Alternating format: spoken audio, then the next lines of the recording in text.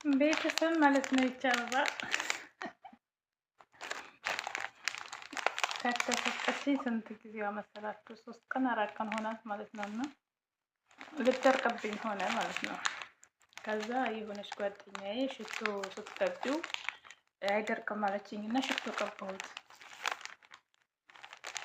ሽቶ አበባው ላይ ሲረጭ ማለት ነው የሆነ ሽታ ነው ያለው፣ ደስ የሚል መዓዛ ማለት ነው። በዛ ላይ ደግሞ አበባው እንደ ለመለመ ነው የሚቆየው ማለት ነው። ምንም የሆነው ነገር የለም።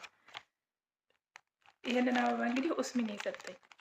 በነገራችን ላይ አበባ የመጀመሪያ ስጦታ ስለሆነ ልጥለው አልፈልግም፣ መጠር አልፈለግኩም ማለት ነው። ምክንያቱም ከወርቅ እስከ ብር ሀብል፣ የተለያዩ አልባሳቶች፣ በጣም ብዙ ስጦታዎች ከብዙ ሰዎች ተሰጥቶኛል።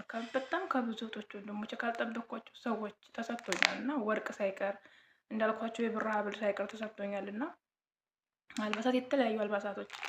አበባ ግን የመጀመሪያ ስጦታዬ ነው። አበባ ሲሰጠኝ የመጀመሪያ ነው እና ሰርፕራይዝ የሆንኩበት ስጦታ ነው። ከ7000 ሪያሉ ይልቅ የሆነ ሰርፕራይዝ ያደረገኝ ማለት ነው። እና ይሄ የወስም ስጦታ ነው። ምን ላድርገው? እንዳይደርቅብኝ እና እንዳጥረው ምን ላድርገው? ይወጣ ሽቶ ተወኝ። ግን አሁን አልደረቀብኝም ሽቶ ረጭቸው። ለወደፊቱ ግን ምን ላድርገው እስኪ ንገሩኝ።